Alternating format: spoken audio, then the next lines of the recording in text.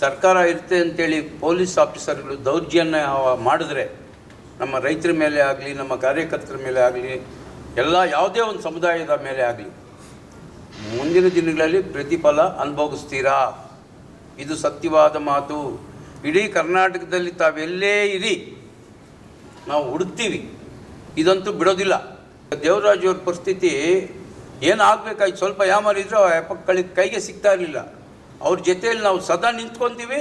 ಯಾವುದೇ ಕಾರಣಕ್ಕೂ ಆ ಮುಯ್ಯಿಗೆ ನಾವು ತೀರಿಸ್ಕೊತೀವಿ. ಇನ್ನು 1.5 ವರ್ಷಗಳ ಕಾಲ ಆಗಲಿ ಆ ದೇವರಾಜ್ ಅವರೇ ಆವತ್ತು ನೋಡ್ತಾರೆ, ಹುಡುಕ್ತೀವಿ ಯಾರ್ಯಾರು ಹೊಡೆದಿದ್ದಾರೆ, ಇದನ್ನ ಹಿನ್ನೆಲೆ ಏನು ಅಂಥೇಳಿ ನಾವು ಕೂಲಂಕುಷವಾಗಿ ಪರಿಶೀಲನೆ ಮಾಡಿ ಆ ಕಾಲ ಬಂದಾಗ, ಆ ಟೈಮ್ ಬಂದಾಗ ಆ ಪ್ರತಿಫಲವನ್ನು ನಾವು ತೀರಿಸ್ಕೊತೀವಿ. ಅದು ಪ್ರತಿಭಟನೆ ಮಾಡಿ ಸುಮ್ಮನೆ ಆಗೋ ಪ್ರಶ್ನೆಯೇ ಇಲ್ಲ. ರೈತರ ಜೊತೆ ನಿರಂತರವಾಗಿ ಅವರ ಕಷ್ಟದಲ್ಲಿ ನಾವು ನಮ್ಮ ಪಕ್ಷ ಸಂಪೂರ್ಣವಾಗಿ ನಾವೆಲ್ಲರೂ ಸೇರಿ ನಮ್ಮ ನಾಯಕರ ನೇತೃತ್ವದಲ್ಲಿ, ಮಂಜಣ್ಣವರ ನೇತೃತ್ವದಲ್ಲಿ ನಾವೆಲ್ಲರೂ ಸೇರಿ ಅವ್ರ ಜೊತೆ ಕಡೆಯವರೆಗೂ ಈ ಹೋರಾಟದಲ್ಲಿ ಅವರ ಜೊತೆ ನಿರಂತರವಾಗಿ ನಾವು ಈ ಹೋರಾಟದಲ್ಲಿ ಇರ್ತೀವಿ ಅಂತ ತಮ್ಮ ಮುಖಾಂತರ ಹೇಳೋದಕ್ಕೆ ಬಯಸ್ತೀವಿ. ಬೆಂಗಳೂರಿನಲ್ಲಿ ಜುಲೈ 1ರಂದು ಸರ್ಜಾಪುರ ಹೋಬಳಿಯ ಭೂ ಸ್ವಾಧೀನ ರೈತರ ಮೇಲೆ ಪೊಲೀಸರು ಮಾಡಿರುವ ಹಲ್ಲೆ, ದೌರ್ಜನ್ಯ ಹಾಗೂ ಬಂಧನ ಕ್ರಮ ಖಂಡಿಸಿ ಜುಲೈ 26ರಂದು ಜೆಡಿಎಸ್ ಪಕ್ಷದ ರಾಜ್ಯ ಉಪಾಧ್ಯಕ್ಷರಾದ ಗೊಟ್ಟಿಕೆರೆ ಮಂಜಣ್ಣರವರ ನೇತೃತ್ವದಲ್ಲಿ ಚಂದಾಪುರದಿಂದ ಮುತ್ತನಾಲೂರು ಗ್ರಾಮ ಮತ್ತು ಹಂದಿನಹಳ್ಳಿ ಗ್ರಾಮದವರೆಗೆ ಬೃಹತ್ ಪ್ರತಿಭಟನಾ ಜಾಥಾ ಹಮ್ಮಿಕೊಳ್ಳುವ ಮೂಲಕ ರೈತರಿಗೆ ಧೈರ್ಯ ತುಂಬುವಂತಹ ಕೆಲಸ ಮಾಡುತ್ತಿದ್ದು, ಜೊತೆಗೆ ರಾಜ್ಯ ಕಾಂಗ್ರೆಸ್ ಸರ್ಕಾರಕ್ಕೆ ಕಿವಿ ಹಿಂಡುವ ಕೆಲಸವನ್ನು ಮಾಡಬೇಕಿದ್ದು, ಸಕಾಲಕ್ಕೆ ತಾಲೂಕಿನ ಜನತೆ ಮತ್ತು ರೈತರು ಹೆಚ್ಚಿನ ಸಂಖ್ಯೆಯಲ್ಲಿ ಆಗಮಿಸಿ ರೈತರ ಹೋರಾಟಕ್ಕೆ ಕೈಜೋಡಿಸಿ ಎಂದು ಜೆಡಿಎಸ್ ಪಕ್ಷದ ಯುವ ನಾಯಕರಾದ ಕೆಪಿ ರಾಜಣ್ಣರವರು ಚಂದಾಪುರದಲ್ಲಿ ಆಯೋಜಿಸಲಾಗಿದ್ದ ಸುದ್ದಿಗೋಷ್ಠಿಯಲ್ಲಿ ತಿಳಿಸಿದರು. ಇನ್ನು ಪತ್ರಿಕಾಗೋಷ್ಠಿಯಲ್ಲಿ ಜೆಡಿಎಸ್ ಪಕ್ಷದ ತಾಲೂಕು ಅಧ್ಯಕ್ಷ ಹಾರೋಹಳ್ಳಿ ದೇವೇಗೌಡರು, ಜೆಡಿಎಸ್ ಪಕ್ಷದ ನಾಯಕರಾದ ಪಟಾಪಟ್ ರವಿ, ಶಟ್ಟಹಳ್ಳಿ ವಿನಯ್ ರೆಡ್ಡಿ, ಬಿದ್ರಗುಪ್ಪೆ ನರೇಂದ್ರ ಬಾಬು, ಅಳಿಬೊಮ್ಮಸಂದ್ರ ರಾಜಣ್ಣ, ನಂಜಾರೆಡ್ಡಿ, ಸೋಲೂರು ಮಹೇಶ್ ಮತ್ತು ಜೆಡಿಎಸ್ ಮುಖಂಡರು ಹಾಗೂ ಕಾರ್ಯಕರ್ತರು ಭಾಗವಹಿಸಿದ್ರು. ಈ ತುರ್ತು ಮಾಧ್ಯಮಗೋಷ್ಠಿಗೆ ಆಗಮಿಸಿರುವಂತಹ ನಮ್ಮ ರಾಜ್ಯ ನಾಯಕರಾದ ಗೊಟ್ಟಿಗೆರೆ ಮಂಜಣ್ಣವರಿಗೂ ಸಹ ಸ್ವಾಗತವನ್ನು ಬಯಸ್ತಾ, ಹಾಗೂ ಎಲ್ಲ ನಮ್ಮ ಪಕ್ಷದ ನಾಯಕರು ಹೆಚ್ಚು ಕಡಿಮೆ ಎಲ್ಲ ನಾಯಕರೇ ಇಲ್ಲಿ ಭಾಗವಹಿಸಿರೋದು, ಎಲ್ರಿಗೂ ಸ್ವಾಗತವನ್ನು ಬಯಸ್ತಾ, ಏನು ಇವತ್ತಿನ ಈ ಗೋಷ್ಠಿಯ ಉದ್ದೇಶ ಏನು ಅಂತ ಹೇಳಿದ್ರೆ, ಏನು ಇತ್ತೀಚೆಗೆ ಆನೇಕಲ್ ತಾಲೂಕಿನಲ್ಲಿ ಏನು ರೈತರ ಜಮೀನುಗಳನ್ನು ವಶಪಡಿಸ್ಕೊಳ್ಳೋದ್ರ ಮುಖಾಂತರ ಅವರಿಗೆ ಕಿರುಕುಳವನ್ನು ಏನು ಕೊಡ್ತಾ ಇದ್ದಾರೆ ಸರ್ಕಾರ, ಅದರ ವಿರುದ್ಧ ನಮ್ಮ ಪಕ್ಷ ಅವರ ಜೊತೆಯಲ್ಲಿ ಇರುತ್ತೆ ಅಂಥೇಳಿ ನಾವು ಅದಕ್ಕೆ ಹೋರಾಟದ ರೂಪುರೇಷೆಗಳನ್ನು ಮಾಡೋದಕ್ಕೆ ತಯಾರಾಗಿ ಈ ಮಾಧ್ಯಮಗೋಷ್ಠಿಯನ್ನು ಕರೆದಿದ್ದೀವಿ. ಆದ್ದರಿಂದ ತಾವು ಸಹ ನಮಗೆ ಬೆಂಬಲ ಇರಲಿ ತಮ್ಮದೆಲ್ಲ ಅಂಥೇಳಿ ಎಲ್ಲರಿಗೂ ಸ್ವಾಗತವನ್ನು ಬಯಸ್ತೀನಿ. ಈಗ ಈ ಉದ್ದೇಶವನ್ನು ನಮ್ಮ ನಾಯಕರಾದ ಮಂಜಣ್ಣವರು ತಮಗೆ ತಿಳಿಸ್ಕೊಡ್ತಾರೆ. ಆನೇಕಲ್ ತಾಲೂಕಿನ ಮಹಾನ್ ರೈತರ ಪರವಾಗಿ ಸುಮಾರು 2 ವರ್ಷಗಳಿಂದ ಸರ್ಜಾಪುರ ಹೋಬಳಿ ರೈತ ಬಾಂಧವರಿಗೆ ಈ ರಾಜ್ಯ ಸರ್ಕಾರ KIDB 2,500 ಎಕರೆ ಜಮೀನನ್ನು KIDB ಅಕ್ವಿಸಿಷನ್ ಮಾಡಿಕೊಂಡು ಸುಮಾರು ರೈತರು ಬೀದಿ ಪಾಲಾಗಿದ್ದಾರೆ. ಅಗ್ರಿಕಲ್ಚರ್ ಭೂಮಿ ಇದ್ದು ಎಲ್ಲರೂ ಒಳ್ಳೆಯ ರೈತರಿದ್ದಾರೆ. ಅಕ್ವಿಸಿಷನ್ ಮಾಡಿಕೊಂಡು ನೋಟಿಫಿಕೇಷನ್ ಆಗಿದೆ. ನೋಟಿಫಿಕೇಷನ್ ಆಗಿ ಎಕರೆಗೆ 2 ಕೋಟಿ 2.5 ಕೋಟಿಗೇನೋ ಕೊಡ್ತಾ ಇದ್ದಾರೆ ಅಂಥೇಳಿ ಮಾಹಿತಿ. ಬಟ್ ಅಲ್ಲಿ ರೈತರು ಜಮೀನು ಹಂದೇನಹಳ್ಳಿ, ಮುತ್ತನಲ್ಲೂರು ಈ ಭಾಗಗಳಲ್ಲಿ 20ರಿಂದ 25 ಕೋಟಿ ಎಕರೆಗೆ ಓಡ್ತಾ ಇದೆ. ಇವತ್ತು ಒಂದು 20 ಗುಂಟೆ ಇಟ್ಕೊಂಡಿರೋ ವ್ಯಕ್ತಿ, ಒಬ್ಬ ರೈತ, ಒಂದು 2-3 ಹೆಣ್ಮಕ್ಳು, 2 ಗಂಡು ಮಕ್ಕಳಿದ್ದು, ಆ ಗಂಡು ಮಕ್ಕಳು ಫ್ಯಾಕ್ಟ್ರಿಗೆ ಹೋಗ್ತಾ ಇರ್ತಾರೆ. ಈ ಹೆಣ್ಮಕ್ಳು ಬಡತನದಲ್ಲಿ ಗಾರ್ಮೆಂಟ್ಸ್ಗೆ ಹೋಗ್ತಾ ಇರೋ ಮಕ್ಕಳು ಒಂದು 1/2 ಎಕರೆ ಜೀವನ ಮಾಡೋಕೆ ಇಟ್ಕೊಂಡಿದ್ರೆ ಅದನ್ನು ಕಿತ್ಕೊಂಡ್ಬಿಟ್ಟು 1 ಕೋಟಿ ಕೊಡ್ತೀನಿ ಅಂದರೆ ಅದೇ ಮಾರಿದ್ರೆ 15 ಕೋಟಿಗೆ ಹೋಗುತ್ತೆ. ಅವ್ರ ಜೀವನಾಂಶಕ್ಕೆಲ್ಲ ಎಲ್ಲೋಬೇಕು, ಎಲ್ಲಿ ನೋಡಿ ಅಕ್ವಿಸಿಷನ್ ಮಾಡೋದು, ಏನು ಎಲ್ಲಿ ನೋಡಿ ಅದೇ ಕೆಲಸ ಆಗುತ್ತೆ ಇವ್ರಿಗೆ. ಈಗ ಅರ್ಕಾವತಿ ಬಡಾವಣೆ ಎಲ್ಲ ಕಡೆ ಮಾಡಿದೆ, ಇನ್ನೂ ಡೆವಲಪ್ಮೆಂಟೇ ಆಗಿಲ್ಲ. ಈಗ ಸರ್ಜಾಪುರಕ್ಕೆ ಕೈ ಇಟ್ಟಿದ್ದಾರೆ. ಹಿಂದೆ ದೇವನಹಳ್ಳಿ ಕಡೆ ಮಾಡಿದ್ರು, ಅದನ್ನು ಕೈ ಬಿಟ್ಟಿದ್ದಾರೆ. ಈಗ ಬಿಡದಿ ಹೋಬಳಿ ಹತ್ತು ಕಡೆ ನಮ್ಮ ಮಾಗಡಿ ಕಡೆ ಹತ್ತು ಕಡೆ ಅಕ್ವಿಜಿಷನ್ ಸ್ಟಾರ್ಟ್ ಆಗಿದೆ. ಈಗ ಅಲ್ಲಿನ ಪರಿಸ್ಥಿತಿ ಎಲ್ಲ ತೆಂಗಿನ ತೋಪಗಳು, ಗದ್ದೆಗಳು, ತೋಟಗಳು, ಅಡಿಕೆ ತೋಟ ಎಲ್ಲ ಇದೆ. ಅಲ್ಲಿ ಕೈ ಇಕ್ತಾವ್ರೆ 9,000 ಎಕರೆ. ಈ ಥರ ಮಾಡ್ಕೊಂಡು ಹೋದರೆ ರೈತರು ಒಂದು ಇಡೀ ಅನ್ನಕ್ಕೆ ಇವತ್ತು ಅಲೆಯೋ ಪರಿಸ್ಥಿತಿ ಬರ್ತದೆ ಮುಂದಿನ ದಿನಗಳಲ್ಲಿ. ದಯವಿಟ್ಟು ಇದರ ಪರವಾಗಿ ನಮ್ಮ KP ರಾಜರವರ ನೇತೃತ್ವದಲ್ಲಿ ನಾವೆಲ್ಲ ಒಟ್ಟಿಗೆ ಸೇರಿಕೊಂಡು 25ನೇ ತಾರೀಕು ಇಲ್ಲ 26ನೇ ತಾರೀಕು ಬರೋ ತಿಂಗಳು, ಈ ತಿಂಗಳಲ್ವಾ, ಈ ತಿಂಗಳು 26ನೇ ತಾರೀಕು ಬೃಹತ್ ನಾವು ಪ್ರತಿಭಟನೆಯನ್ನು ಈ ಸರ್ಕಾರ ವಿರುದ್ಧ ರೈತರ ಪರವಾಗಿ ನಾವು ಮುತ್ತಾನೂರು, ಅಂದೇನಹಳ್ಳಿ ಅಲ್ಲಿ ಉಳ್ಕೊಂಡು ಪ್ರತಿಭಟನೆ ಮಾಡ್ತೀವಿ ಅಂತೇಳಿ ಹೇಳ್ಬೋದು. ಕೈಗಾರಿಕೆಗಳು ಬಂದರೆ ಏನು ಗ್ರಾಮಗಳು ಅಭಿವೃದ್ಧಿ ಆಗ್ತದೆ ಅಂತ ಹೇಳ್ತಾರೆ. ಈಗ ಇರೋ ಕೈಗಾರಿಕೆಗಳೆಲ್ಲ ಅಭಿವೃದ್ಧಿ ಆಗಿಲ್ವಲ್ಲ. ಈಗ ಜಿಗಣಿ ಕೈಗಾರಿಕೆ ಇದೆ, ಹತ್ತಿಬೆಲೆ ಕೈಗಾರಿಕೆ, ಸುಮಾರು ಕೈಗಾರಿಕೆ ಇದ್ದಾವೆ. ಈಗ ಇನ್ನೂ ಅಲ್ಲಲ್ಲೇ 100 ಎಕರೆ ಜಾಗ ಇಟ್ಕೊಂಡಿದ್ದಾರೆ, ಕಟ್ತೀರ, ಅದನ್ನು ಫಿಲಪ್ ಮಾಡಿರಿ. ಈಗ ಎಕ್ಸಾಂಪಲ್ ಒಬ್ಬ ರೈತ 20 ಗುಂಟೆ ಇಟ್ಕೊಂಡಿದ್ದಾರೆ. ಅಂಗನಹಳ್ಳಿ, ಮುತ್ತನೂರು, ಸರ್ಜಾಪುರ ಹೋಬಳಿ ಬಡವರು. ಯಾವುದೇ ಒಕ್ಕಲಿಗ ಸಮುದಾಯ, ರೆಡ್ಡಿ ಸಮುದಾಯ, ಯಾವುದೇ ಸಮುದಾಯ ಇದ್ರೂ ಶ್ರೀಮಂತರಿರಲ್ಲ. ಅತಿ ಬಡತನ ಇರೋರು ಇರ್ತಾರೆ. ಏನೋ 1/2 ಎಕರೆ 3/4 ಎಕರೆ ಇಟ್ಕೊಂಡು ಅದರಲ್ಲಿ ಹೂವು, ಕೊತ್ತಂಬರಿ ಸೊಪ್ಪು ಯಾವುದೊಂದು ಬೆಳ್ಕೊಂಡು ಜೀವನ ಮಾಡ್ತಾ ಇರ್ತಾರೆ. ಅದನ್ನು ಏಕಾಏಕಿ ಹೋಗಿ ನೀವು 2,500 ಅಕ್ವಿಜಿಷನ್ ಮಾಡಿಕೊಂಡು 1/2 ಎಕರೆ 3/4 ಎಕರೆ ಕಿತ್ಕೊಂಡ್ಬಿಟ್ರೆ ಅವ್ರು ಎಲ್ಲೋಗೋದು 25 ಎಕರೆ, 25 ಕೋಟಿ 30 ಕೋಟಿ ಹೋಗೋ ಜಮೀನು. ನೀವು 1.5 ಕೋಟಿ 2 ಕೋಟಿ 3 ಕೋಟಿ ಕೊಟ್ಟರೆ ಏನು ವಿಷ ಹಾಕ್ಬೇಕಾ ಮಕ್ಕಳು ಬರಿಗಳನ್ನ? ಆ ಕಾಲದಿಂದ ಈ ಪಕ್ಷಕ್ಕೆ ಓಟ್ ನೀಡಿ ಇವತ್ತು ಅವರು ಹೊಟ್ಟೆಗೆ ತಣ್ಣೀರು ಬಟ್ಟೆ ಹಾಕ್ಕೊಂಡು ಮಲಗಬೇಕಾ? ದಯವಿಟ್ಟು ಈ ರಾಜ್ಯ ಸರ್ಕಾರಕ್ಕೆ ತಮ್ಮಲ್ಲಿ ಕಳಕಳೆ ಮನವಿ, ಈ ಮೀಡಿಯಾ ಮುಖಾಂತರ ಬೇಡ, ಇರೋದನ್ನೇ ಡೆವಲಪ್ಮೆಂಟ್ ಮಾಡಿ. ಇವತ್ತು ಹಲವಾರು ಬಡಾವಣೆಗಳು ಬಿ ಡಿ ಎ ನೇತೃತ್ವದಲ್ಲಿ BDA ಪರವಾಗಿ ಸುಮಾರು 1000 ಎಕರೆ ಅಕ್ವಿಜಿಷನ್ ಮಾಡ್ಕೊಂಡಿದ್ರು. ಅದೇ ಡೆವಲಪ್ಮೆಂಟ್ ಆಗಿಲ್ಲ. ಮೊನ್ನೆ ಸಿದ್ದರಾಮಯ್ಯನವರು ಬಿಟ್ಟಿದ್ದಾರೆ ದೇವನಹಳ್ಳಿ ಕಡೆ. ಅದೇ ಥರ ಇಲ್ಲಿ ಬಿಟ್ಬಿಡಿ, ನೆಮ್ಮದಿಯಾಗಿ ಜೀವನ ಮಾಡ್ತಾರೆ ರೈತರು ಅಂತೇಳಿ ಹೇಳ್ಬಲ್ಲೆ. ಅದಕ್ಕೆ ಅದರ ಪರವಾಗಿ ನಮ್ಮ JDS ಪಕ್ಷದಿಂದ ಆವತ್ತು ನಾವು 26ನೇ ತಾರೀಕು ಕುಮಾರಣ್ಣ ಮನವೊಲಿಸಿ ಕುಮಾರಣ್ಣವ್ರನ್ನ ಗಮನಕ್ಕೆ ತಂದಿದ್ದಾರೆ. ಇವತ್ತು ಮಾತಾಡಿದ್ದಾರೆ ಅದೇನು ಸಜಾಬ್ದು ಅಂತ. ಅದಕ್ಕೆ ನಿಖಿಲ್ ಅವ್ರನ್ನ ಆವತ್ತು ನಾವು ಕರ್ಕೊಂಡ್ಬರಬೇಕು ಅಂತ ಪ್ರಯತ್ನ ಮಾಡ್ತಾ ಇದ್ದೀವಿ.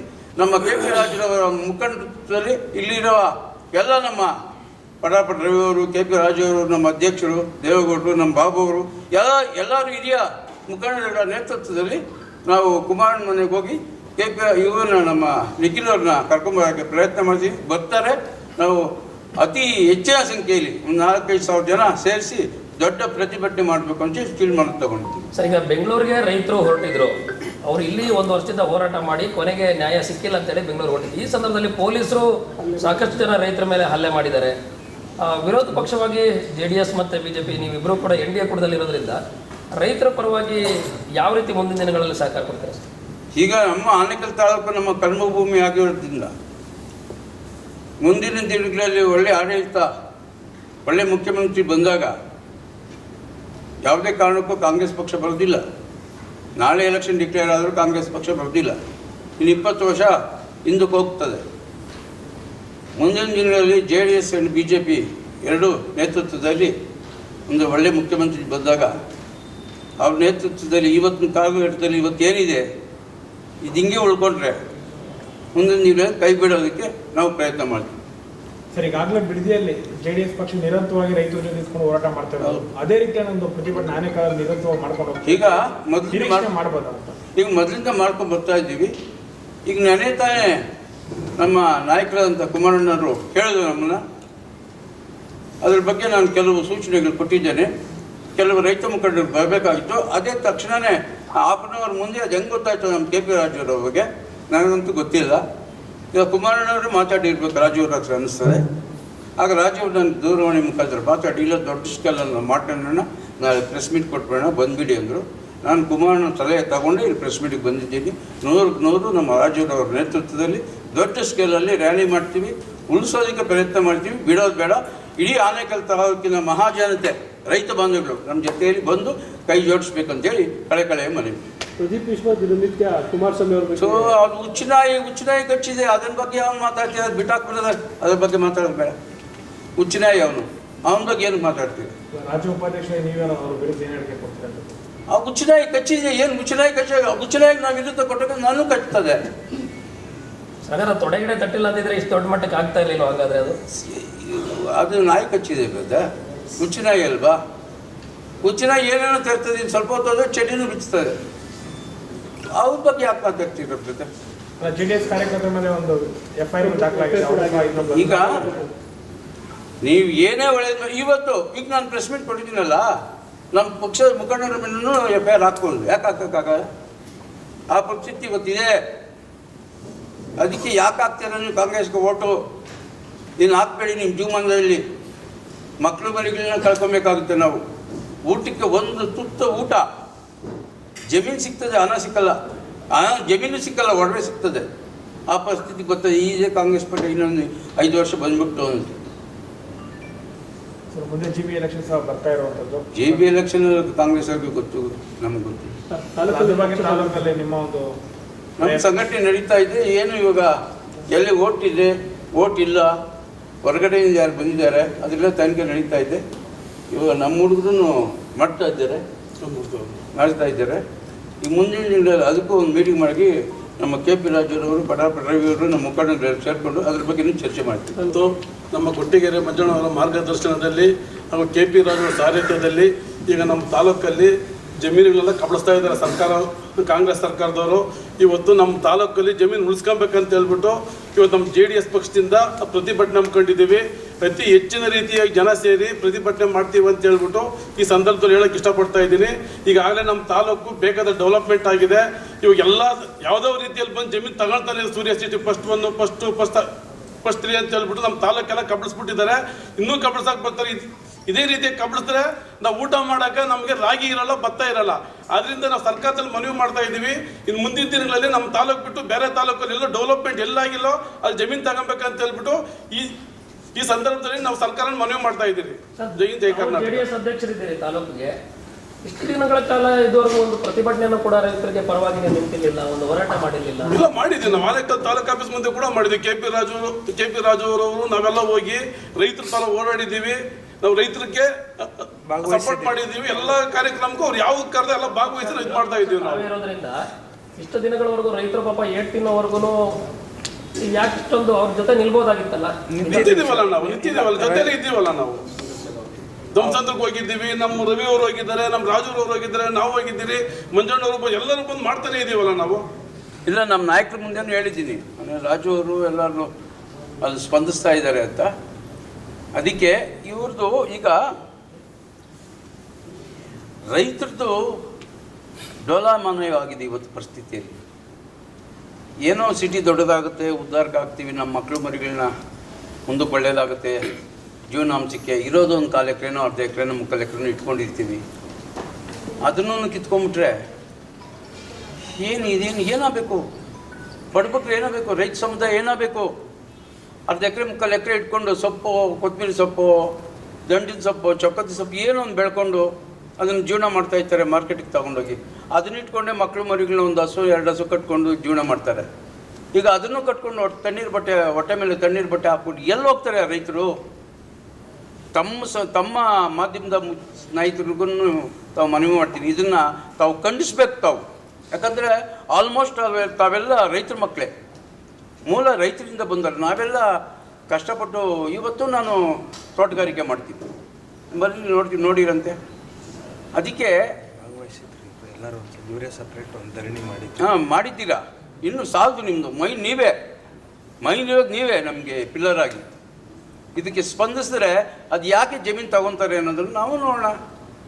ಇದಕ್ಕೆ ಇಡೀ ಆನೇಕಲ್ ತಾಲೂಕಿನ ಮಹಾಜನತೆ, ರೈತರು, ಎಲ್ಲ ಸಮುದಾಯದವರು, ಇಂಥ ಸಮುದಾಯ ಅಂಥ ಸಮುದಾಯ ಏನಿಲ್ಲ, ಎಲ್ಲ ಒಟ್ಟಿಗೆ ಒಂದೇ ಧ್ವನಿಯಲ್ಲಿ ನಾವು ಕೈ ಎತ್ತಿದ್ರೆ 100ಕ್ಕೆ 100 ಒಳ್ಳೆಯದಾಗುತ್ತೆ. ಈ ಸರ್ಕಾರ ಇನ್ನೇನು ನಮ್ಮಮ್ಮ ಅಂದರೆ 1.5 ವರ್ಷ ಗೋಯಿಂದ 25 ಕೋಟಿ 30 ಕೋಟಿ ಪ್ರಾಪರ್ಟಿನ 2 ಕೋಟಿ 3 ಕೋಟಿ ಕೊಟ್ಟು ಅವ್ರು 5 ಜನ 6 ಜನ ಇದ್ರೆ ಹಂಚ್ಕೊಂಡು ಹೋಗೋದಕ್ಕೆ ಎಷ್ಟು ಬರ್ತದೆ? ಹಿಂದೆ ಹತ್ತಿ ಬೆಲೆಯಲ್ಲಿ ನಮ್ದು 7 ಎಕರೆ ಜಮೀನಿತ್ತು. 7 ಎಕರೆ ಜಮೀನು ನಮ್ಮ ತಂದೆಯವರು ಮಾರಿಬಿಟ್ರು, ಅವನು ಕೊಡಲ್ಲ ಅಂದ್ವಿ. ಏನು ನಾನು ಅತಿ ಗೊಟ್ಟಿಗೆರೆಯಲ್ಲಿದ್ದೆ, ನಾನು ಸೈನ್ ಹಾಕಬೇಕಲ್ಲ ಸಬ್ ರಿಜಿಸ್ಟ್ರ್ ಆಫೀಸಲ್ಲಿ. ನಾನು ಓದಿ ಸಬ್ ರಿಜಿಸ್ಟ್ರ್ ಆಫೀಸ್ ಹತ್ರ 1.5 ಬಸ್ ಬಂದಿದ್ರು ಜನ. ಏನಕ್ಕೆ? ನಮ್ಮ ಮನೆಗಳವರು ರಿಜಿಸ್ಟ್ರ್ ಮಾಡೋಕ್ಕೆ 1.5 ಬಸ್ ಜನ. ನಾನು ಎಲ್ಲೋ ಅಲ್ಲಿ ಸೈನ್ ಹಾಕ್ಬಿಟ್ಟು ಬಂದೆ. ನನಗೆ ಬಂತು 1.5 ಲಕ್ಷ ಕಾಸು. ಆ ಕಾಸನ್ನ ನಮ್ಮ ಹೆಣ್ಮಕ್ಳಿಗೆ ಕೊಟ್ಬಿಟ್ಟು ಬಂದೆ. ಇವತ್ತು ಅದು 5 ಕೋಟಿ. ಇಂಥ ಪರಿಸ್ಥಿತಿ ನಮ್ಮ 7 ಎಕರೆಗೆ ನನಗೆ 1.5 ಕೋಟಿ ಬರಬೇಕು ಅಂದರೆ ಇಂಥ ಪರಿಸ್ಥಿತಿ ಇಡೀ ಆನೇಕಲ್ ತಾಲೂಕಲ್ಲಿ ಬಡ ರೈತರು ಎಷ್ಟು ಜನ ಇರಬಾರ್ದು ಅನ್ನೋದನ್ನು ತಾವು ಕುಲಂಕುಷವಾಗಿ ಯೋಚನೆ ಮಾಡಿ ಅಲ್ವೇ. ಅದಕ್ಕೆ ಇವತ್ತು ಕುಮಾರಣ್ಣ ಏನಾದರೂ ಈ ರೈತ ಸಮುದಾಯ ಉಳಿಬೇಕು ಅಂದರೆ ದೇವೇಗೌಡರ ಫ್ಯಾಮಿಲಿಯಿಂದ ಮಾತ್ರ, ಕುಮಾರಣ್ಣಿಂದ ಮಾತ್ರ ಸಾಧ್ಯ. ಇದು ಸತ್ಯವಾದ ಮಾತು. ನನ್ನ ಆತ್ಮ ಸಾಕ್ಷಿ ಹೇಳ್ತಾ ಇದ್ದೀನಿ. ಮುಂದಿನ ದಿನಗಳಲ್ಲಿ ಒಳ್ಳೆಯದಾದರೆ ಈ ರಾಜ್ಯ ಸುಭಿಕ್ಷವಾಗಿರ್ತದೆ. 100ಕ್ಕೆ 100 ರೈತ ಬಾಂಧವರು, ರೈತ ಮುಖಂಡಗಳು, ರೈತ ಜನಾಪಿ ಚೆನ್ನಾಗಿರ್ತಾರೆ, ನೆಮ್ಮದಿಯಾಗಿರ್ತಾರೆ. ಈ ದೇವೇಗೌಡರ ಮನೆಯಿಂದ ಯಾರಾದರೂ ಮುಖ್ಯಮಂತ್ರಿಗಳು ಆದರೆ, ಬಟ್ ಹೈಕಮಾಂಡು ಸೆಂಟ್ರಲ್ ಗೌರ್ಮೆಂಟ್ ಇದೆ, ಇಬ್ಬರು ಕೊಲಿಷನ್ ಸರ್ಕಾರ ಇರೋದ್ರಿಂದ ಅವ್ರು ಏನು ತೀರ್ಮಾನ ತಗೊಂಡ್ರೆ ಅದಕ್ಕೆಲ್ಲ ನಾವು ಬದ್ಧವಾಗಿರ್ತೀವಿ. BJP ಜೊತೆಗೆ ನಾವೆಲ್ಲ ಬದ್ಧವಾಗಿರ್ತೀವಿ, ಒಟ್ಟಿಗೆ ಹೋಗ್ತೀವಿ. ಸರ್, ರೈತರ ಪರವಾಗಿ ನಿಲ್ಲೋದ್ರಿಂದ ಈಗ ಪಕ್ಷ ಭೇದ ಮರೆತು ಶಾಸಕರ ಬಳಿ ಯಾಕೆ ಎಲ್ಲ ಪಕ್ಷನೂ ಶಾಸಕರನ್ನು ಕೂಡ ಜೊತೆಗೂಡಿಸ್ಕೊಂಡು ಆನೇಕಲ್ ತಾಲೂಕಿನ ರೈತರ ಪರವಾಗಿ ನಿಲ್ಬೋದಲ್ಲ ಸರ್? ನೀವು ಶಾಸಕರನ್ನ ಕೇಳ್ಬೋದಲ್ಲ ಬ್ರದರ್? ಕೇಳಿದ್ದೀವಿ. ಏನಂದ್ರೆ ಅವ್ರನ್ನೇ ಕೇಳಬೇಕು. ಎಲ್ಲ ಒಟ್ಟಿಗೆ ಸೇರ್ಕೊಂಡು ಅವರೊಂದು ಸ್ಟೇಟ್ಮೆಂಟ್ ಕೂಡ ಕೇಳಿ. ನಾವು ರೆಡಿ ಇದ್ದೀವಿ. ಎಲ್ಲ ಸಮುದಾಯ ಅವ್ರ ಜೊತೆ ನಿಂತ್ಕೊಂಡು ಹೋರಾಟ ಮಾಡೋದಕ್ಕೆ ನಾವು ರೆಡಿ ಇದ್ದೀವಿ. ಇದರಲ್ಲಿ ಭೇದ ಭಾವ ಬೇಡ. ಇದು ಆ ಪಕ್ಷ ಈ ಪಕ್ಷ ಬೇಡ, ಎಲ್ಲ ಒಟ್ಟಿಗೆ ಸೇರ್ಕೊಂಡು ಹೋಗೋಣ. ಇವಾಗ ಸಣ್ಣದಾಗಿ ಬಂತು, ಈಗ ದೊಡ್ಡದಾಗ್ತಾ ಇದೆ ರೈತರ ಪ್ರಾಪರ್ಟಿಗಳು ಅಕ್ವಿಜಿಷನ್ ಮಾಡೋದು. ಅದಕ್ಕೆ ನಾವು ಈಗ ಮೈಗೊಡ್ಕೊಂಡು ಬಂದಿರೋದು. ಈಗ ಅದಕ್ಕೆ ಬಿಡದಿ ಹೋಬಳಿಲಿ ಕುಮಾರಣ್ಣವ್ರಿಗೆ ಅವರೇ ಕುಲಂಕುಷವಾಗಿ ಏನು ಆನೇಕಲ್ ತಾಲೂಕು ಅನ್ನೋದು ಮಟ್ಟದಲ್ಲಿ ಕೇಳ್ತಾವ್ರೆ, ಫೋರ್ಸ್ ಮಾಡಿ ಕೇಳ್ತಾವ್ರೆ. ಅದಕ್ಕೆ ಅವ್ರನ್ನ ನಾವು ಮೊನ್ನೆ ನಿಖಿಲ್ ಅವ್ರನ್ನ ಕುಮಾರಣ್ಣನ ನಾವು ಕರ್ಕೊಬರ್ಬೇಕು ಅಂತೇಳಿ ತೀರ್ಮಾನ ತಗೊಂಡಿದ್ದೀವಿ. ನಮ್ಮ ರಾಜುವರ ನೇತೃತ್ವದಲ್ಲಿ ನಾವು ಹೋಗ್ಬಿಟ್ಟು ಮನವಿ ಪತ್ರ ಕೊಟ್ಬಿಟ್ಟು ಅವ್ರನ್ನೂ ಸ್ಟ್ರೈಕ್ಗೆ ಕರ್ಕೊಂಬರೋಕ್ಕೆ ನಾವು ರೆಡಿ ಇದ್ದೀವಿ. ಬರ್ತಾರೆ ಅವ್ರನ್ನು. ಅದಕ್ಕೆ 26ನೇ ತಾರೀಕು ನಾವು ಮಾಡೋದು ಶತಸಿದ್ಧ ದೊಡ್ಡ ಸ್ಕೇಲಲ್ಲಿ ನಾವು ಸ್ಟ್ರೈಕ್ ಮಾಡ್ತಾ ಇದ್ದೀವಿ. ಇದೇನು ನಾವು ನಿರ್ಧಾರ ಮಾಡಿದ್ವಿ ಪ್ರತಿಭಟನೆ ಮಾಡಬೇಕು ಅಂತೇಳಿ, ಅದು ಪ್ರತಿಭಟನೆ ಮಾಡಿ ಸುಮ್ಮನೆ ಆಗೋ ಪ್ರಶ್ನೆನೇ ಇಲ್ಲ. ರೈತರ ಜೊತೆ ನಿರಂತರವಾಗಿ ಅವರ ಕಷ್ಟದಲ್ಲಿ ನಾವು ನಮ್ಮ ಪಕ್ಷ ಸಂಪೂರ್ಣವಾಗಿ ನಾವೆಲ್ಲರೂ ಸೇರಿ ನಮ್ಮ ನಾಯಕರ ನೇತೃತ್ವದಲ್ಲಿ, ಮಂಜಣ್ಣವರ ನೇತೃತ್ವದಲ್ಲಿ ನಾವೆಲ್ಲರೂ ಸೇರಿ ಅವ್ರ ಜೊತೆ ಕಡೆಯವರೆಗೂ ಈ ಹೋರಾಟದಲ್ಲಿ ಅವರ ಜೊತೆ ನಿರಂತರವಾಗಿ ನಾವು ಈ ಹೋರಾಟದಲ್ಲಿ ಇರ್ತೀವಿ ಅಂತ ತಮ್ಮ ಮುಖಾಂತರ ಹೇಳೋದಕ್ಕೆ ಬಯಸ್ತೀವಿ. ನಮ್ಮ ಆನೇಕಲ್ ತಾಲೂಕು ಭಾಗದ ಎಲ್ಲ ರೈತರ ಪರವಾಗಿ ನಾವು ನಿಲ್ಲಕ್ಕೆ ನಮ್ಮ JDS ಪಕ್ಷದಿಂದ ಸಿದ್ಧರಾಗಿ ನಾವು ಸಜ್ಜಾಗಿದ್ದೀವಿ. ಅದೇ ರೀತಿ ನಮ್ಮ ಬೆಳೆ ಬಾಳುವ ಭೂಮಿಯನ್ನು ಇವತ್ತು ಕೇವಲ ಒಂದು ಸ್ವಲ್ಪ ಹಣದಲ್ಲಿ ಸರ್ಕಾರ ಪರ್ಚೇಸ್ ಮಾಡಿ ಬೇರೆ ಕಂಪ್ನಿಗಳು ಕೊಟ್ಟು ದುಡ್ಡು ಮಾಡ್ತಾ ಇದೆ. ಈ ಒಂದು ಸಂದರ್ಭದಲ್ಲಿ ಕಾಂಗ್ರೆಸ್ ಪಕ್ಷ ಹೀನಾಯ ಸೋಲಿದೆ. ಅದೇ ರೀತಿ ಬಿಡದಿಯಲ್ಲಿ ಹೋಗಿದ್ದಾರೆ. ಬಿಡದಿಯಲ್ಲಿ ಕುಮಾರಣ್ಣ, ನಿಖಿಲ್ ಅವರು ಹೋರಾಟ ಮಾಡ್ತಿದ್ದಾರೆ. ಈ ಹೋರಾಟ ಮಾಡ್ತಾ ಇರಬೇಕಾದ್ರೆ ಅದೇ ದಿನ ಚಿಕ್ಕಬಳ್ಳಾಪುರದಲ್ಲಿ ಒಂದು ದೊಡ್ಡ ಗಲಾಟೆ ನಡೀತು. ಇದು ಒಂದು ಕಾಂಗ್ರೆಸ್ನ ಮೈಂಡ್ ಗೇಮ್. ಇದು ಮೈಂಡ್ ಗೇಮ್ ಡೈವರ್ಟ್ ಮಾಡೋದು. ಅಲ್ಲಿ ಬಿಟ್ಟು ಈ ಕಡೆ ಜನ ಈ ಕಡೆ ಇದು ಮಾಡಲಿ ಅಂತ ಈ ಥರ ಡೈವರ್ಟ್ ಮಾಡಿ ಅಲ್ಲಿ ರೈತರಿಗೆ ಕುಮಾರಣ್ಣನ ಒಲವು ಕಡಿಮೆ ಮಾಡಲಿ ಅನ್ನೋ ಉದ್ದೇಶದಿಂದ ಚಿಕ್ಕಬಳ್ಳಾಪುರದಲ್ಲಿ ಗಲಭೆ ಎಬ್ಬರಿಸಿದ್ರು. ಅದೇ ಕಾಂಗ್ರೆಸ್ನ ಕೆಲವು ಚೇಲಗಳನ್ನು ಬಿಟ್ಟು ನಮ್ಮ JDS ಕಾರ್ಯಕರ್ತರನ್ನ ಅರೆಸ್ಟ್ ಮಾಡಿಸಿ ಇವತ್ತು ಅವ್ರನ್ನ ಜೈಲ್ಗಟ್ಟಿದ್ದಾರೆ. ಇದು ಅವ್ರಿಗೆ ಸಭ್ಯತೆ ಅಲ್ಲ. ಇದು ಮುಂದಿನ ದಿನಗಳಲ್ಲಿ ಅವ್ರಿಗೆ ರಿವರ್ಸ್ ಆಗುತ್ತೆ. ಇದೇನು ಜಾಸ್ತಿ ಏನೇ ಇಲ್ಲ. ಏನೋ ಅಧಿಕಾರ ಪಡೆದಿದ್ದಾರೆ. ಮುಂದಿನ ದಿನದಲ್ಲಿ ನಮ್ಮ ಕುಮಾರಣ್ಣವರು ಹಾಗೂ NDA ಸರ್ಕಾರ ಒಟ್ಟಿಗೆ ಒಂದು ಸರ್ಕಾರ ರಚಿಸಿ ನಮ್ಮ ಕುಮಾರಣ್ಣ ಆಡಳಿತ ನಡೆಯುತ್ತೆ. ಆ ಒಂದು ಸಂದರ್ಭದಲ್ಲಿ ಇವರಿಗೆಲ್ಲ ಬುದ್ಧಿ ಕಲಿಸ್ತಾರೆ ಅಂತ ನಮ್ಮ ಒಂದು ಇದರಲ್ಲಿ ಹೇಳ್ತಾ ಇದ್ದೀವಿ. ಆದ್ದರಿಂದ ದಯವಿಟ್ಟು ಈ ನಮ್ಮ ಆನೇಕಲ್ ತಾಲೂಕಲ್ಲಿ ತುಂಬ ರೈತರು ನೊಂದಿದ್ದಾರೆ. ಕೋಟ್ಯಾಂತರ ರೂಪಾಯಿ ಬೆಲೆ ಬಾಳುವ ಜಮೀನನ್ನು ಕೆಲವೇ ಹಣದಲ್ಲಿ ಪರ್ಚೇಸ್ ಮಾಡಿ ಖಾಸಗಿ ಕಂಪ್ನಿಗಳಿಗೆ ಇವರು ಮಾರಾಟ ಮಾಡ್ತಾ ಇರೋದು ಈ ಕಾಂಗ್ರೆಸ್ ಸರ್ಕಾರದ ಒಂದು ದುರುದ್ದೇಶ. ಆದ್ದರಿಂದ ದಯವಿಟ್ಟು ಎಲ್ಲ ರೈತ ಬಾಂಧವರು ಏನು ನಮ್ಮ JDS ಪಕ್ಷದಿಂದ ನಾವು ಹಮ್ಮಿಕೊಂಡಿದ್ದೀವಿ ಈ ರೈತ ಒಂದು ಹೋರಾಟ, ಅದಕ್ಕೆ ಎಲ್ಲರೂ ಕೈ ಜೋಡಿಸಿ ಎಲ್ಲರೂ ಒಗ್ಗಟ್ಟಿಗೆ ಬರಬೇಕಂತ ತಮ್ಮಲ್ಲಿ ಮನವಿ ಮಾಡುತ್ತೆ. ಕಳೆದ 1 ವರ್ಷದಿಂದ ರೈತರು ಬೀದಿಗೆ ಬಂದಿದ್ದಾರೆ. ರೈತರು ಆನೇಕಲ್ ತಾಲೂಕಿನ ರೈತರು ಕಳೆದ 1 ವರ್ಷದಿಂದ ಬೀದಿಗೆ ಬಂದಿದ್ದಾರೆ. ಪತ್ರಕರ್ತರು ಸ್ನೇಹಿತರು ಒಂದು ಪ್ರಶ್ನೆ ಕೇಳಿದ್ರು, BJP ಮತ್ತು ದಳ ಶಾಸಕರ ಮನೆ ಬಾಗಿಲಿಗೆ ಹೋಗಿ ಯಾಕೆ ಪತ್ರ ಕೊಡಬಾರ್ದು ಅಂತೇಳಿ. ಮೊದಲೇ ನಾನು ಕೇಳಕ್ಕೆ ಬಯಸ್ತೀನಿ, ಈ ತಾಲೂಕಲ್ಲಿ ಶಾಸಕರಿದ್ದಾರಾ? ಇರೋದಾದರೆ ಎಲ್ಲಿದ್ದಾರೆ ಶಾಸಕರು? ಯಾಕೆ ಶಾಸಕರು ಮತ ಪಡೆಯುವಾಗ ಪ್ರಜಾಸತ್ತಾತ್ಮಕವಾಗಿ ರೈತರ ಮನೆಗೆ ಹೋಗಿ ಕಾಲಿಗೆ ಬಿದ್ದು ಮತ ಹಾಕ್ದ್ರಲ್ಲ, ಇವತ್ತು ರೈತರು ಶಿವಣ್ಣವ್ರ ಮನೆಗಾಗಲಿ ಶಾಸಕ ಮುಡ್ಕೊಳ್ತಕ್ಕಂಥ ಸ್ಥಿತಿಗೆ ಯಾಕೆ ಬರಬೇಕು ನಾವು? ಯಾಕೆ ಶಿವಣ್ಣವ್ರು ಇಲ್ವಾ ತಾಲೂಕಲ್ಲಿ? ಗೊತ್ತಾಗಲ್ಲ, ಅವ್ರದ್ದೇ ಸರ್ಕಾರ ಇದೆಯಲ್ಲ ಕಳೆದ 3 ವರ್ಷದಿಂದ. ಯಾಕೆ ಈ ಜಮೀನುಗಳನ್ನ ಕೈ ಬಿಡಿಸಕ್ಕಂಥ ಶಕ್ತಿ ಇಲ್ವಾ ಶಿವಣ್ಣನಿಗೆ? ಒಂದು ವೇಳೆ ಅವ್ರಿಗೇನಾದ್ರೂ ಪ್ರಜಾಪ್ರಭುತ್ವದಲ್ಲಿ ಪ್ರಜೆಗಳ ಹಿತಾಸಕ್ತಿ ಕಾಪಾಡೋಕ್ಕಾಗಿಲ್ಲ ಅಂದರೆ ಶಾಸಕತ್ವದಲ್ಲಿ ಯಾಕೆ ಹೋಗ್ತಾ ಇದ್ದೀರಾ ನೀವು? ಯಾಕೆ ರೈತರ ಧ್ವನಿ ಕೇಳಿಲ್ವಾ? ರೈತರು ಯಾರು ನೀವು ಮತ ಹಾಕಿಲ್ವಾ? ಯಾವ ಪ್ರಜೆಗಳ ಹಿತಾಸಕ್ತಿ ಕಾಪಾಡಬೇಕು ಅಂತ ಸಂವಿಧಾನಾತ್ಮಕ ನೀವು ಶಾಸಕರು ಬಂದಿದ್ದೀರಾ, ನಿಮ್ಗೆ ನಾವೇನು ರಿಕ್ವೆಸ್ಟ್ ಕೊಡಬೇಕು? ನಿಮ್ಮ ಆದವ್ಯ ಕರ್ತವ್ಯ ಅಲ್ವಾ? ನಿಮಗೆ ನಿಜವಾಗಲೂ ಮಾನ್ಯ ಶಾಸಕರಿಗೆ ನೇರವಾಗಿ ಕೇಳೋಕೆ ಬಯಸ್ತಿದ್ದೇವೆ, ಒಂದು ವೇಳೆ ನಿಮಗೆ ರೈತರ ಬಗ್ಗೆ ಹಿತಾಸಕ್ತಿ ಇದ್ದರೆ ರಾಜೀನಾಮೆ ಕೊಡಿ, ಇಲ್ಲ ನೇರವಾಗಿ ಪ್ರೆಸ್ ಮೀಟ್ ಮಾಡಿ ಹೇಳಿ, ನಮ್ಮದೇ ಸರ್ಕಾರ ಇದೆ. 2 ಮುಖ್ಯಮಂತ್ರಿಗಳು ನೀವು ನೋಡಿದ್ದೀರಾ, ಈಗಿರೋ ಮುಖ್ಯಮಂತ್ರಿಗಳಿಗೆ ಬಹಳ ಆತ್ಮೀಯವಾಗಿದ್ದೀರಾ, ನೀವು ಹೇಳಿ ಬಿಡಿಸಿ. ಇಲ್ಲಾಂದ್ರೆ ಶಾಸಕತ್ವ ಆಗ್ಬೇಕು ನಿಮಗೆ. ಮತ ಹಾಕಿರೋದು ಅದಕ್ಕೆ ಅಲ್ವಾ? ದಯವಿಟ್ಟು ಹೇಳ್ತಾ ಇದ್ದೀವಿ, ಇವತ್ತು ಏನು ಹೇಳ್ತಾ ಇದ್ದೀವಿ, ಮುಂದೆ 26ನೇ ತಾರೀಕು ಏನು ಗೊಟ್ಟಿಗೆರೆ ಮಂಜಣ್ಣವರು ನೇತೃತ್ವ ಮತ್ತು KP ರಾಜು ನೇತೃತ್ವದಲ್ಲಿ ಭಾಳ ಜೋರಾಗಿ ನಾವು ಹೋರಾಟ ಮಾಡ್ತಾ ಇದ್ದೇವೆ. ಇದರೊಳಗಡೆ ದಯವಿಟ್ಟು ಹೇಳ್ತಾ ಇದ್ದೀವಿ, ದಯವಿಟ್ಟು ಹೇಳ್ತಾ ಇದ್ದೀವಿ, ಇದರ ಜನ ಎಲ್ಲ ಬರಬೇಕು. ಇದು ರೈತರ ಹೋರಾಟ, ರೈತರಿಗೆ ಎಲ್ಲರೂ ಸಹಕಾರ ಕೊಡಬೇಕು. ನೀವೆಲ್ಲ ದಯವಿಟ್ಟು ಬನ್ನಿ. ಇವತ್ತು ಸರ್ಜಾಪುರ ಹೋಬಳಿದಿರ್ತಕ್ಕಂಥ ರೈತರಾಗುವಂತಹ ಅನ್ಯಾಯ ಏನಿದೆ ನಾಳೆ ನಮಗೂ ಆಗುತ್ತೆ, ಕೇಳಬೇಕಲ್ವಾ? ದಯವಿಟ್ಟು ಮಾನ್ಯ ಶಿವಣ್ಣವರಿಗೆ ಮತ್ತೊಂದು ಸಾರಿ ನಾನು ಮನವಿ ಮಾಡಿಕೊಡ್ತಾ ಇದ್ದೀನಿ, ಇದನ್ನು ನಾವು ರಾಜಕಾರಣ ಮಾಡೋಕ್ಕೆ ಬರ್ತಾ ಇಲ್ಲ. ಇಲ್ಲಿ ನಾವು ನ್ಯಾಯಪರವಾಗಿದ್ದೀವಿ, ರೈತರ ಪರ ಇದ್ವಿ, ನೀವು ರೈತರ ಪರ ಇರಿ. ದಯವಿಟ್ಟು ಇದನ್ನು ಕೂಡಲೇ ನಿಮ್ಮದೇ ಸರ್ಕಾರ ಇರೋದ್ರಿಂದ ನಿಮ್ಮ ಮುಖ್ಯಮಂತ್ರಿ ಜೊತೆಯಲ್ಲಿ ಕುಳಿತುಕೊಂಡು ದಯವಿಟ್ಟು ಇದನ್ನು ಕೈ ಬಿಡ್ತೀರಿ ಅಂತ ಭಾವಿಸ್ತೇವೆ. 26ನೇ ತಾರೀಕು ದೊಡ್ಡ ಮಟ್ಟದ ಹೋರಾಟ ಮಾಡೇ ಮಾಡ್ತೀವಿ. ಇದು ನಮ್ಮ KP ರಾಜ್ ಅವರು, ನಮ್ಮ ಮಂಜಣ್ಣವರು ಹೇಳ್ದಂಗೆ ನಿರಂತರವಾಗಿ ನಾವು ರೈತರ ಜೊತೆ ಇದ್ದೇ ಇರ್ತೀವಿ. ಹಾಗಾಗಿ ತಾಲೂಕಿನ ಎಲ್ಲ ಜನತೆ ದಯವಿಟ್ಟು ಕೈ ಜೋಡಿಸಿ. ಆಮೇಲೆ ಮಂಜಣ್ಣವ್ರು ಹೇಳ್ದಂಗೆ ಈಗಾಗಲೇ ಬೆಳಗ್ಗೆ ನಾನು ಅಣ್ಣನ ಹತ್ರ ಮಾತಾಡ್ತಿರ್ಬೇಕಾಗಲೇ ಮೌಖಿಕವಾಗಿ ಮಂಜಣ್ಣವರು ಕುಮಾರಣ್ಣವರಿಗೆ ಗಮನಕ್ಕೆ ತಂದಿದ್ದಾರೆ. ಈ ರೀತಿ ಸರ್ಜಾಪುರದಲ್ಲಿ ಕಳೆದ 1 ವರ್ಷದಿಂದ ರೈತರು ಬೀದಿಗೆ ಬಂದಿದ್ದಾರೆ. ಸೊ ಇವ್ರಿಗೇನಾದರೂ ನ್ಯಾಯ ಕೊಡಿಸ್ಬೇಕಂತಾಗ ಸಂಪೂರ್ಣ ಮಾಹಿತಿಯನ್ನು ಕೊಟ್ಟು ಬಂದಿದ್ದಾರೆ. ಸೊ ಹಾಗಾಗಿ ಮುಂದೆ 26ನೇ ತಾರೀಕು 100ಕ್ಕೆ 100 ನಿಖಿಲ್ ಕುಮಾರಸ್ವಾಮಿಗಳಾಗಿರ್ಬೋದು ಅಥವಾ ಕುಮಾರಣ್ಣಗಳು ಕರ್ಕೊಂಬರ್ತೀವಿ. ದಯವಿಟ್ಟು ತಾಲೂಕಿನ ಎಲ್ಲ ಜನತೆ ಈ ರೈತ ಹೋರಾಟಕ್ಕೆ ಕೈ ಜೋಡಿಸಿ ರೈತರಿಗೆ ನ್ಯಾಯ ಒದಗಿಸ್ಕೊಡ್ಬೇಕಂತ ಕಳಕಳಿಯಿಂದ ಪತ್ರಿಕಾಗೋಷ್ಠಿ ಮುಖಾಂತರ ನಾನು ಮನವಿ ಮಾಡಿಕೊಡ್ತೇನೆ. ನಮ್ಮ ನಾಯಕರು ಎಲ್ಲರೂ ಸಹ ರೈತರ ಪರವಾಗಿ ನಾವು ಸದಾ ನಿಮ್ಮ ಜೊತೆಯಲ್ಲಿ ಇರ್ತೀವಂತೇಳಿ ಎಲ್ಲ ರೀತಿಯಲ್ಲಿ ನಿಮಗೆ ತಿಳಿಸ್ಕೊಟ್ಟಿದ್ದಾರೆ.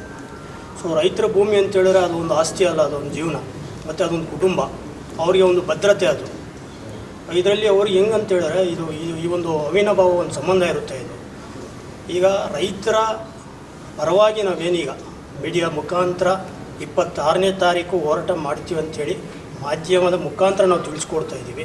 ಖಂಡಿತವಾಗ್ಲೂ ಸಹ ಒಂದು ಬೃಹತ್ ಪ್ರತಿಭಟನೆ ಮಾಡುವ ಮುಖಾಂತರ ಒಂದು ರಾಜ್ಯ ಸರ್ಕಾರಕ್ಕೆ ಎಚ್ಚರಿಕೆಯನ್ನು ಕೊಡುವ ನಿಟ್ಟಿನಲ್ಲಿ ರೈತರ ಪರವಾಗಿ ನಾವು ನಿರಂತರವಾಗಿರಲಿಕ್ಕೆ ಇಚ್ಛಿಸ್ತೀವಿ. ಯಾಕಂತೇಳಿದ್ರೆ ಇದು ಪರೋಕ್ಷವಾಗಿ ಏಕಾಂಗಿ ತೀರ್ಮಾನ ಮಾಡುವಂಥದ್ದಲ್ಲ. ಇದು ಯಾರು ರಾಜ್ಯ ಸರ್ಕಾರ ಒಬ್ಬರೇ ಇದನ್ನು ತೀರ್ಮಾನ ತಗೊಳ್ತಕ್ಕಂಥದ್ದಲ್ಲ ಇದು. ಸೊ ರೈತರಿಗೂ ಸಹ ಇದು ಗೌರವ ಕೊಡಬೇಕಾಗುತ್ತೆ. ಇದು ಯಾಕಂದರೆ ಫಲವತ್ತಾದ ಭೂಮಿಯನ್ನು ಇವತ್ತು ಏನವರು ತಗೊಳ್ಳಿಕ್ಕೆ ಮುಂದೆ ಬಂದಿದ್ದಾರೆ, ಅದನ್ನು ಈ ಕೂಡಲೇ ಆದಷ್ಟು ಬೇಗ ಕೈ ಬಿಟ್ಟು ರೈತರ ಜೊತೆ ಅವ್ರು ಕೈ ಜೋಡಿಸ್ಬೇಕು, ರೈತರಿಗೆ ಒಂದು ಗೌರವ ಕೊಡಬೇಕು.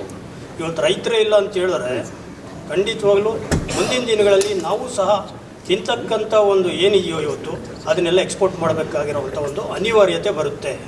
ಹಾಗಾಗಿ ಡೆವಲಪ್ಮೆಂಟ್ ಮಾಡಬೇಕು ಅನ್ನುವಂಥ ಹೆಸರಲ್ಲಿ, ಅಭಿವೃದ್ಧಿಯ ಹೆಸರಲ್ಲಿ ರೈತರ ಒಂದು ಜಮೀನನ್ನು ಕಸಿದುಕೊಳ್ಳುವಂಥದ್ದು ಅದು ಸಮಂಜಸ ಅಲ್ಲ ಅದು. ಸೊ ನಿಮ್ಮಲ್ಲಿ ಮನವಿ ಮಾಡ್ತಕ್ಕಂಥದ್ದು ಏನಂತ ಹೇಳಿದ್ರೆ ಇದೇ ತಿಂಗಳು ಜುಲೈ 26ನೇ ತಾರೀಕು ನಾವೇನು ಹೋರಾಟ ಪ್ರತಿಭಟನೆ ಮಾಡಲಿಕ್ಕೆ ಎಲ್ಲರೂ ನಮ್ಮ ನಾಯಕರಾದಂಥ ಗೊಟ್ಟಿಗೆರೆ ಮಂಜಣ್ಣವರು ಇರ್ಬೋದು, KP ರಾಜಣ್ಣವರು ಇರ್ಬೋದು, ಇನ್ನೂ ಅನೇಕ ನಾಯಕರ ಒಂದು ಸಮ್ಮುಖದಲ್ಲಿ ಅಧ್ಯಕ್ಷತೆಯಲ್ಲಿ ಏನೊಂದು ಪ್ರತಿಭಟನೆಗೆ ನಾವು ಈಗಾಗಲೇ ಡೇಟ್ನ ಫಿಕ್ಸ್ ಮಾಡಿ ಇಟ್ಕೊಂಡಿದ್ದೀವೋ ಆ ಒಂದು ಡೇಟ್ಗೆ ಎಲ್ಲ ರೈತ ಬಾಂಧವರು ಸಹ ಬಂದು ಕೈ ಜೋಡಿಸಿ ಇದನ್ನು ಒಂದು ಯಶಸ್ಸಾಗಿ ಮಾಡಬೇಕಂತೇಳಿ ನಿಮ್ಮ ವಾಹಿನಿಯ ಮುಖಾಂತರ ನಾವೀಗ ಕೇಳ್ಕೊತಾ ಇದ್ದೀವಿ. ಸೊ ನಾವು ಇನ್ನೊಂದು ಕೊನೆಯಲ್ಲಿ ಹೇಳ್ತಕ್ಕಂಥದ್ದು, ನಾವು ನಿರಂತರವಾಗಿ ರೈತರ ಪರವಾಗೇ ಇರ್ತೀವಿ ಮತ್ತು ಅಭಿವೃದ್ಧಿಗೆ ನಾವು ಇರೋದಲ್ಲ. ಆದರೆ ಅಭಿವೃದ್ಧಿ ಹೆಸರಲ್ಲಿ ಅವರು ಫಲವತ್ತಾದ ಭೂಮಿಯನ್ನು ಕಿತ್ಕೊಳ್ತಕ್ಕಂಥದ್ದು ಅದು ಸರಿಯಲ್ಲ ಅಂತೇಳಿ ಈ ವಾಹಿನಿಯ ಮುಖಾಂತರ ಹೇಳಿ ರೈತರ ಜೊತೆ ಸದಾ ನಮ್ಮ JDS ಪಕ್ಷ ಇರುತ್ತೆ ಅಂತೇಳಿ ಈ ನಿಟ್ಟಿನಲ್ಲಿ ಹೇಳಲಿಕ್ಕೆ ನಾನು ಇಚ್ಛಿಸ್ತೀನಿ. ರೈತ ಸಂಘದ ಅಧ್ಯಕ್ಷರಾದಂಥ ದೇವರಾಜರು ಅವರಿಗೆ, ಅವರು ಹಿರಿಯ ರೈತ ಸಂಘದ ಅಧ್ಯಕ್ಷರು, ಅವರಿಗೆ ಮೊನ್ನೆ ಆದಂಥ ಘಟನೆಗಳು, ಲಾಠಿ ಚಾರ್ಜ್ ಏನು ಮಾಡಿದ್ದಾರೆ, ಅವರಿಗೆ ಜೀವನೇ ಕಳೆದ ಪರಿಸ್ಥಿತಿ ಬಂದಿತ್ತು. ಆ ವಿಡಿಯೋನು ನಾವು ಕ್ಲಿಪ್ಪಿಂಗ್ ನಾವು ನೋಡಿದ್ದೀವಿ. ಇವತ್ತು ಯಾರು ಪೊಲೀಸ್ ಅಧಿಕಾರಿಗಳನ್ನ ಗಮನ ಇಟ್ಟು ನಾವು ಅಬ್ಸರ್ವ್ ಮಾಡ್ತಾ ಇದ್ದೀವಿ. ಮುಂದಿನ ದಿನಗಳಲ್ಲಿ ಸರ್ಕಾರ ಇರುತ್ತೆ ಅಂತೇಳಿ ಪೊಲೀಸ್ ಆಫೀಸರ್ಗಳು ದೌರ್ಜನ್ಯ ಮಾಡಿದ್ರೆ ನಮ್ಮ ರೈತರ ಮೇಲೆ ಆಗಲಿ, ನಮ್ಮ ಕಾರ್ಯಕರ್ತರ ಮೇಲೆ ಆಗಲಿ, ಯಾವುದೇ ಒಂದು ಸಮುದಾಯದ ಮೇಲೆ ಆಗಲಿ ಮುಂದಿನ ದಿನಗಳಲ್ಲಿ ಪ್ರತಿಫಲ ಅನುಭವಿಸ್ತೀರಾ. ಇದು ಸತ್ಯವಾದ ಮಾತು.